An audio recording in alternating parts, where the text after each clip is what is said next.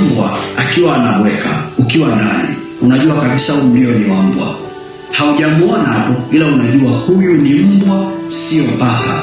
Kwa nini? Karabo yakatamanda orabo shaka, kwa sababu unatambua sauti ya rafudhi ya mbwa.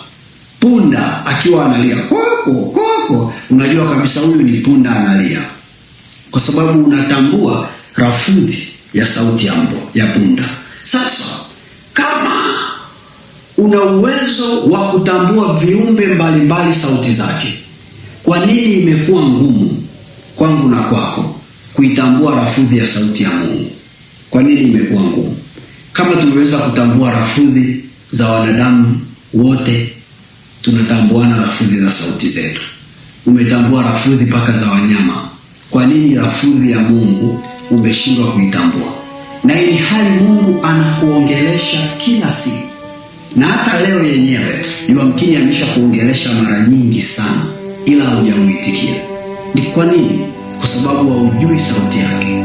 Kuna mtu mmoja, sikiliza mfano vizuri. Kuna mtu mmoja aliwahi kusimama akalalamika kwamba ni Mungu Bwana, hata mimi huwa niongeleshi. Watu wengine wanasema wanaongeaga naye, lakini Mungu akamwambia, mbona nakuongelesha kila siku na unijibu?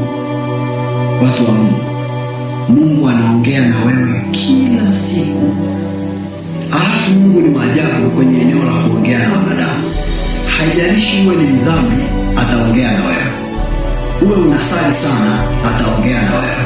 Uwe ni wavuguvugu saizi ya kati, ataongea na wewe. Angalia, Farao alikuwa sio Mkristo, alikuwa ni mpagani mwabudu miungu, ila Mungu aliongea naye.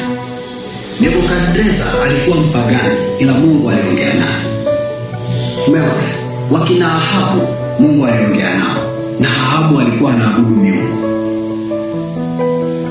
Wakina Iskanda walikuwa vuguvugu, nusu kwa Yesu nusu kwa uovu, ila Mungu aliongea nao.